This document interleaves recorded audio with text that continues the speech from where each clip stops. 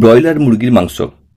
সত্যি কি এই ব্রয়লার মুরগির মাংস খেলে কাজ করে না বিভিন্ন ওষুধ? কি বলছেন এই বিষয়ে চিকিৎসক মহল? চলুন আসবো এই বিষয়ে বিস্তারিত খবরে বা তথ্যে। তার আগে অনুরোধ করবো আগের মতোই আপনাদের এই ছোট্ট আপডেট এভরিডে ইউটিউব চ্যানেলটি সাবস্ক্রাইব না করে থাকলে সাবস্ক্রাইব করে রাখুন। এই ধরনের আগামীতে আরও তথ্য পাওয়ার জন্য অবশ্যই নোটিফিকেশন বেল আইকন অন করে রাখতে ভুলবেন না। সাথে রইল এটা অনুরোধ, ভিডিওটি লাইক দেওয়া এবং সাথে ভিডিওটি অন্যদেরকে জানানোর জন্য অবশ্যই আপনার ফেসবুক এবং হোয়াটসঅ্যাপ গ্রুপে ভিডিওটি শেয়ার করা।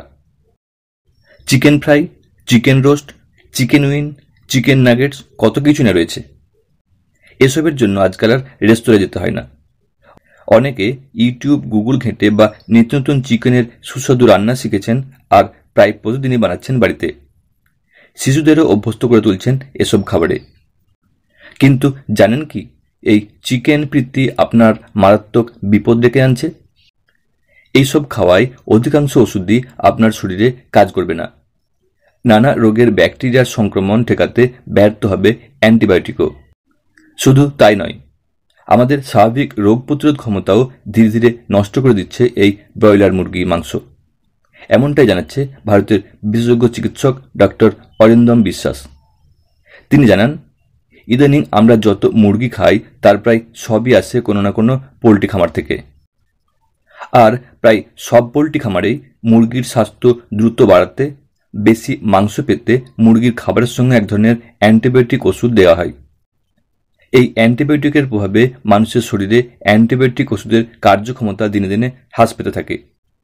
এইভাবে চলতে থাকলে একটা সময় হয়তো অধিকাংশ অ্যান্টিবায়োটিক ওষুধই শরীরে কোনো রকম ব্যাকটেরিয়ার সংক্রমণ হলে তা ঠেকাতে ব্যর্থ হবে। ডক্টর বিশ্বাস আরও জানান, সম্প্রতি লন্ডনের ব্যুরো অফ ইনভেস্টিগেটিভ জার্নালিজমের চালানো এক সমীক্ষায় উঠে এসেছে একটি চাঞ্চল্যকর তথ্য। ওই সমীক্ষায় রিপোর্টে বলা হয়েছে, দক্ষিণ এশিয়ার দেশগুলো ছাড়া ভিয়েতনাম, দক্ষিণ কোরিয়া, রাশিয়ার মতো একাধিক দেশে পোলট্রি খামারে মুরগির খাবারের সঙ্গে উচ্চমাত্রায় কোলিস্টিন নামের একটি অ্যান্টিবায়োটিক ব্যবহার করা হয়। ওই সমীক্ষার রিপোর্ট অনুযায়ী বাজারে লব্ধ প্রায় সব প্রক্রিয়াজাত মুরগির মাংসেই উচ্চমাত্রায় কোলিস্টিনের উপস্থিতি রয়েছে। অ্যান্টিবায়োটিক ব্যবহারের ক্ষেত্রে ওয়ার্ল্ড হেলথ অর্গানাইজেশনের যে বিধিনিষেধ রয়েছে তা কোনোভাবেই মানা হচ্ছে না, তার প্রমাণ মিলেছে এই সমীক্ষায়। এই বিপদ এড়ানো তখনই সম্ভব যখন দেশের পোলট্রি খামারগুলোতে কোলিস্টিনের যথেষ্ট ব্যবহার বন্ধ হবে। আর যতটা সম্ভব পোলট্রি বা ব্রয়লার মুরগি কম খেতে হবে। এড়িয়ে চলতে পারলে সব থেকে ভালো।